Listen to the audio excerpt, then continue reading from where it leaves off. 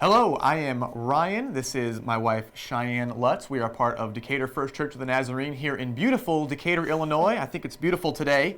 It's snowing plenty, so it's gorgeous. We're glad to be here with you. This is Ministering to Children with Behavioral Disabilities. If you've clicked on this on accident, you're already here, so go ahead and stay with us. This won't be too long, and it should be engaging, and hopefully we can learn something together today. So we wanted to open this up, and as we talked as a district and as leadership came through, the thought came about, let's start talking about ministering to children that have these behavioral or otherwise intellectual disabilities, because I think we've all known someone at one point or another, at one time or another, who has a learning disability or has a behavioral disability, and sometimes we kind of gloss over it or we don't quite know what to do. So that's what we're going to talk about this morning. Let's start off. First of all, I told you my name. I've been a children's pastor for 10 years now. I've taken child developmental psychology courses. I've been in conversations with other children's pastors on the planet, really, about how do we minister to these kids that have a little more special needs or might have these needs special attention. How do we minister in that avenue? My wife has been in children's ministry since you were a child, right? She's the assistant director at our daycare here at church, has been involved with children her entire life, and so she's probably the expert at this. I just kind of get to be here alongside. So anyways, as we jump into this a little bit further, we wanted to talk about why. Why is it important that we focus specifically on individuals? So this comes out of Philippians 2. Let me read this for you for just a minute.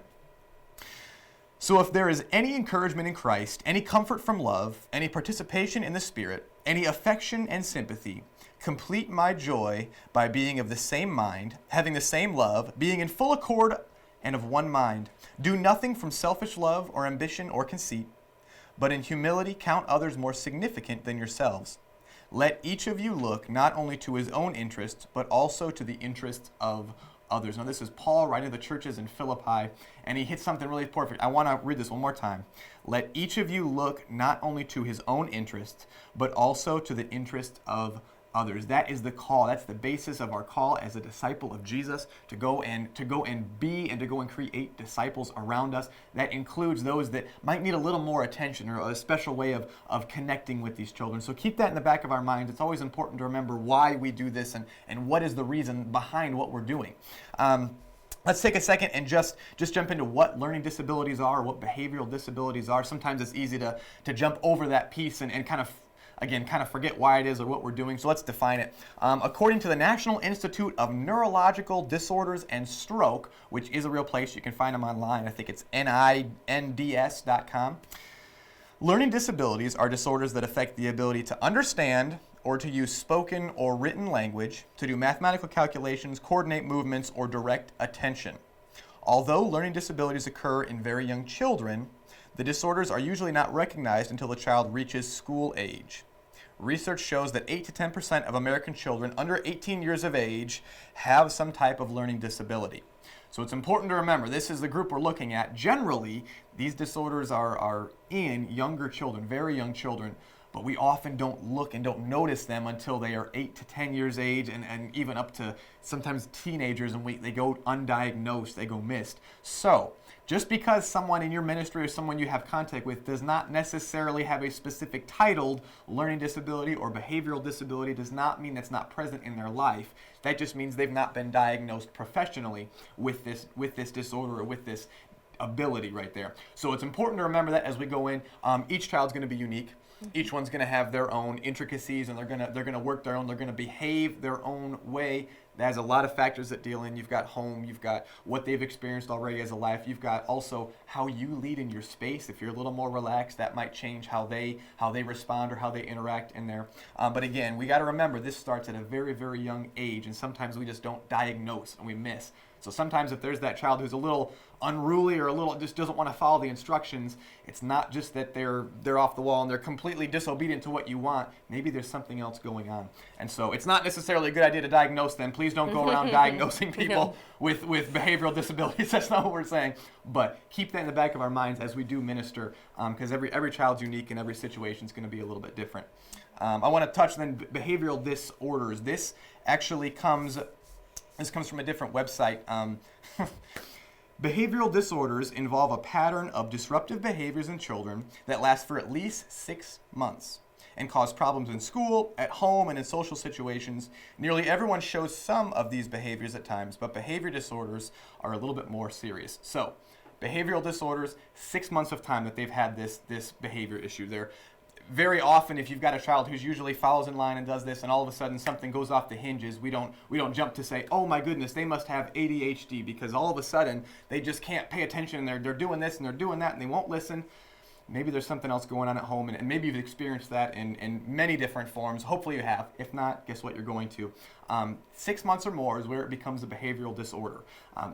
Doctors should know that. Doctors will diagnose that. One step to think about is the parents. If the parents have noticed that some parents are really on top of it, others are kind of, I don't want to say passive to it, but don't engage with it as much. So your job as the ministry leader or as a ministry assistant is to kind of keep an eye out for that and spend time, again, focusing on the child, focusing on the family, trying to build these two together. So behavioral disorders takes at least 6 months. It can cause problems all over the place, not just at church. This isn't just something that they walk into church and all of a sudden it springs up. No, this is generally throughout their lives. So they've had this, they've dealt with for a while. Some of the behavioral disorders, this might involve inattentiveness, hyperactivity, impulsivity, defiant behavior, drug use, criminal activity. Hopefully we're not dealing with that too much in children's ministry. It's one of the outpouringnesses of behavioral disorders.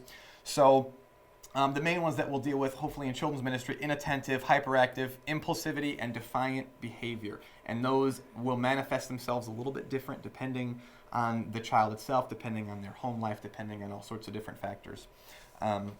Let me name a couple just so we kind of get this one out of the way. Attention deficit hyperactive disorder, also called ADHD. This is a child, and Cheyenne will talk about this in a couple minutes, child that's got a lot of hyperactivity, causes issues with focusing. It can be difficult for them to specifically have one focus and one conversation because their brain's actually moving faster than what their mouth can go. And so generally it kind of overloads and they're quicker in their mind. Oppositional defiant disorder. This is where the defiance comes in. Believe it or not, and it's right there, defiant behavior is one of the symptoms of a behavioral disability. We know it's one of the things that kicks in, and it's not that they can't behave, it's that they do not. And so it's inside their neurological side of their brain, and it's focusing on, okay, I don't want to do specifically this exact thing because I've got something else in mind that I'd rather do. Something else is more important right now than what you said. And so it's not that they're really have a choice in that moment. This is okay, we got to learn how to minister to them, even though in the back of their brain they've got other stuff they need to do right now. So we've talked kind of a brief one. I tried to run through that as quick as we can because that's all dictionary stuff. You can all Google that. One of the most important things: each child is unique. Mm-hmm. Each child is unique. They're going to have their own, they're going to be built their own way, right? They've got their own families. They've got their own way of doing things. They're also got their own personality. So each child, just like adults do, and sometimes you don't quite get along with someone, it's abrasive, or there's this dissonance between you and that other person. That also happens with children. And the big thing to remember with children is they're still developing their personality a lot of times, and especially with the ones we talk about in children's ministry, 6th, 7th grade and younger, they're still developing their personality. So for them, being unique could honestly change one day to the next. And once you get into adolescence, it's anybody's guess where they're at any day of the week. So it's going to change, but they're still developing a lot of that. So each one's going to be unique. Some things that you might try to do with them one week might work. The next week, they might not work at all. And so a lot of this, remembering they're unique, they're growing, they're changing, hopefully alongside you as you and others in your ministry grow and change. So keeping that in the forefront of your brain as you try to minister with them and try to teach them Jesus and try to teach the Word of God to these children. Number two, we're going to give you a couple things that we have done that we've seen that have been very successful in the past. But you got to remember, context is key here. Every situation is going to be different. There are children that we've done ministry with that eventually, through trial and error, we found things that work really well, and they've not worked with this same child's brother or sister, or they've not worked with someone who's related or another child. And that's just because, again, each child's unique. They're developing their own personality. They've got their own ways that these behavioral disorders or intellectual disabilities might play themselves out. So you have to remember that. The stuff that we share with you today is excellent. I think it's excellent. Do you think so? Yes. Okay, good. It's excellent stuff. But sometimes it takes some tweaking to fit in your specific situation with each specific child. It might be a little bit different. Another point I want to bring up, focusing on getting to know the family. The parents know their children. They know their children. They spend the most time with them as an adult with a child in the home. I can tell you, I spend a lot of time with my son. Cheyenne spends a lot of time with our son. This is something we know him the best out of everybody else.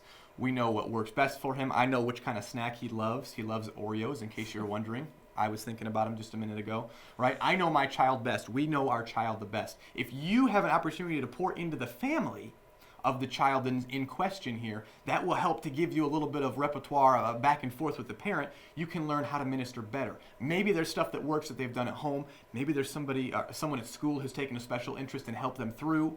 Maybe it's someone in a boys and girls club or in a sports team, a coach, a friend who has a specific way of this is how I can teach, this is how we've done it before. And through the conversation with the parents, sometimes it really is very helpful to learn, okay, this is how Sarah behaves best in this area. This is how she actually gains information. This is how she learns. So how do I take what she does in her basketball team and apply that to a Sunday morning Bible study? Or if we're doing something on Wednesday night, or we're going to do a mission trip, how can I take what she does here and make it fit over in our context? So as we go through, you'll find a lot of this is contextual. That's a good thing. But again, learning to know the families, that's a vital part of ministry in general, but especially as we start to minister to those who need a little more special attention. I've got a couple helpful resources to you. Maybe we can find a way to get these out to you. Excuse me. I'll read them off here. Something in my throat. I got it out. Don't worry. A couple of helpful resources. Let me read them to you. Number one, the mentalhealth.gov. This is a government website, .gov, obviously. Incredible resource on not just what the disability is, but also, or the disorders are, I should say, but also how to work through them. So this is not just the specifics of what it actually is and how it plays out, but how do we then help to counter some of these things that come up? Another one is healthgrades.com. Healthgrades.com and mentalhealth.gov. A great job of explaining specifically what's happening neurologically. It's stuff that's far beyond my understanding how it's happening biologically, but they also are great resources for how do I respond and help them focus or help them achieve the goal for that meeting time. Third one, disabilityandfaith.org. This is a non-denominational website they've put together, disabilityandfaith.org. Incredible resource on how to minister specifically. So it's less basic information, less biology, more of the, okay, knowing children with this, and this disorder or these disabilities, how do we then minister in the middle of them with this? And one of the things they point out is context. Context is key. Again, that'll come up some more. The fourth one that I wanted to throw up, which is brilliant, ichurchofthenazarene.com. It's a real website, I promise. ichurchofthenazarene.com. There are a couple blog authors who are on there who talk about their personal experiences, but they've been all over the world. So some of these come from different countries. Some of these come from right in our backyard here in Illinois. Background and history of children and of specific situations are included on this website with these blogs, so lots of ideas. It's important to continue to share those ideas with each other. So those are four. Maybe we can get a printout or on the website or something. I'll mention them again at the very end, just so it gives you a couple resources where you can go and look for specific answers or specific help with that. So let's talk through a few specifics. Like I said, we've done this for only 10 years, just a handful of years, but we've learned a few awesome things. So Cheyenne, will you share with us a few things? Yeah, so I want to talk first about some of the triggers.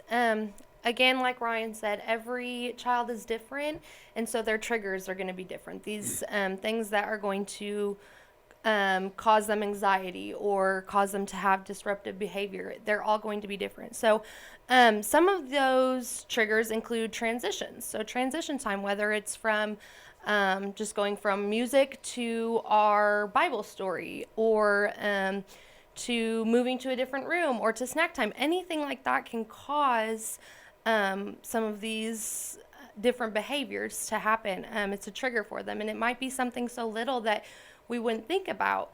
So it's important to kind of know your children, get to know them, and see, what is triggering these behaviors. A couple questions that these kids are wanting to know, it's the same as adults. We want to know what is expected of me right now, how will I know when it is finished, and what comes next. They want to know these things.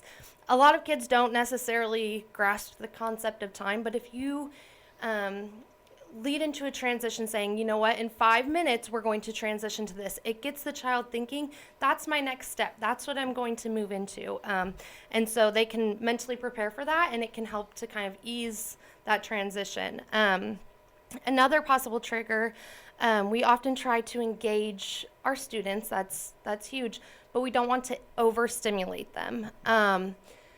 So, all the loud music and all the kids up dancing and moving, that can be a trigger for some kids. So having a safe place for them, whether it's, hey, this chair in the back corner, it can be where you sit just if you need a minute. If you need a break away from the rest of the students just to, sit, that's fine. You can find this spot, and that can be your spot. The other thing is non-preferred activities. Sometimes kids just don't like what the adults say they're going to be doing, and that can be a trigger. And so, like I said, giving them time, saying, this is what we're going to be doing at this time, and letting them know that kind of gets them prepared, and trying to rotate those preferred and non-preferred activities while still keeping a schedule and consistency. So those are just some of the triggers that I have found while working with kids that can be, more common triggers for them. So next we want to kind of look into how we can work through these different behaviors and work with these children and with the parents. As Ryan said, the parents know their kids, and they will know what will help them. And so working with the parents is super important. Some other things that we have found are giving these kids journals. So the older kids, if we give them, a journal and say, hey, I need you to take notes for me today. We're giving them a job, we're giving them purpose, but we're giving them a way to channel the energy that they have into something while still staying focused. So even if it's just, I have a couple tools here, just a thing of paper and some crayons, giving them that tool. They can color the lesson, they can draw it out, they can write it out, whatever they need there. Another thing, I have this bag here.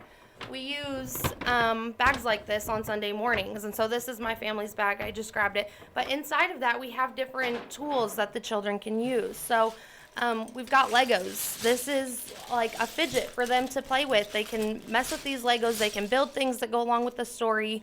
They can use that as a tool to channel some of that energy.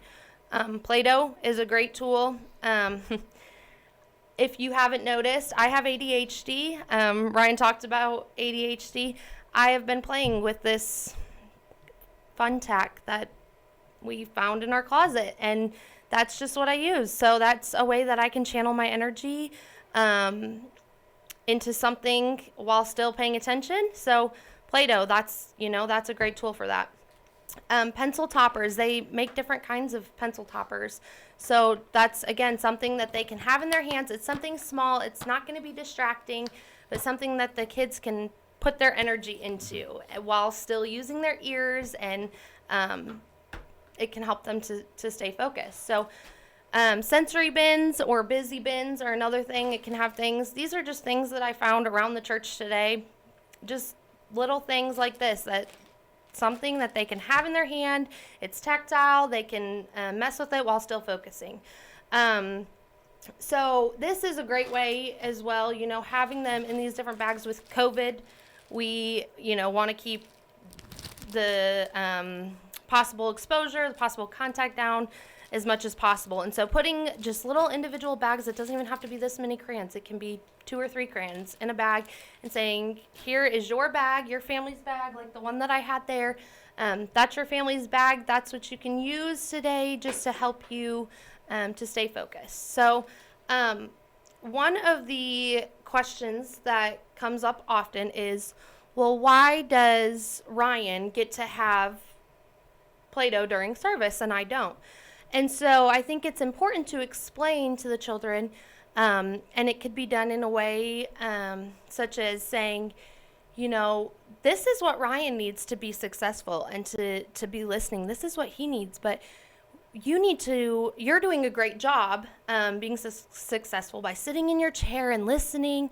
And so I want you to keep focusing on what you're doing and what your body is doing to be successful, and what your body needs to be successful. And so this is what Ryan's body needs to be successful, and your body needs something different to be successful. We're all different. And so just explaining it to children, because that's something that they often ask, is, well, I want to do that. And so just finding ways to explain that to them, that it's important, so that they know that that's how that particular child works, and that we all work differently. So Awesome. Thank you.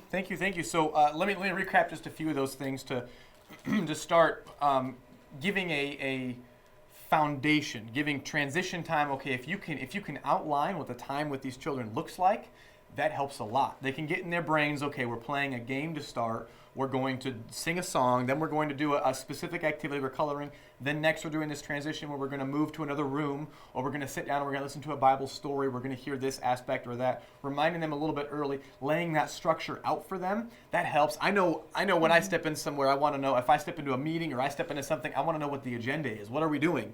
Otherwise, I could be off the wall and I'm thinking about something I was doing 3 days ago because I don't know what's coming next, and so I'm just kind of sitting there taking it all in. Children are going to be the same way, so lay that structure out for them.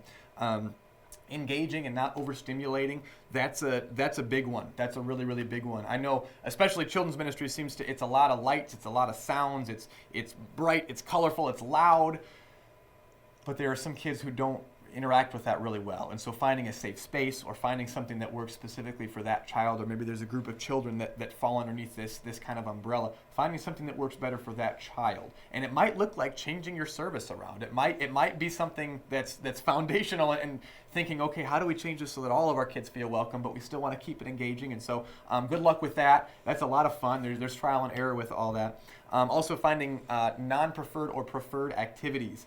If there's a child that absolutely loves to color, they love to draw, and we've had that time this morning, but it's time to transition to something else, sometimes it's really hard for them to let go, so giving them that structure and giving them that outline. Maybe it's okay if they continue to draw or continue to color while you read, or while you're playing this other game if they don't want to take part in that. So finding those things that engage them as well, not just letting them be passive in the room. This isn't just a path for them to sit there and play. This is, how can we engage you where you're at? That's the goal behind this. So remember, that's our calling as disciples. That's our calling as Christians. Really, is how do we minister, and to each individual, they're all going to be a little bit different. So I'll give you those resources again in just a minute. But remember, keep the conversations open. Keep sharing ideas and thoughts. Those 4 websites I mentioned just a little bit ago, those are great. There are numerous websites. There's journal articles. There are magazines you can go to. There's YouTube videos to watch. Stuff's on Facebook, I'm sure.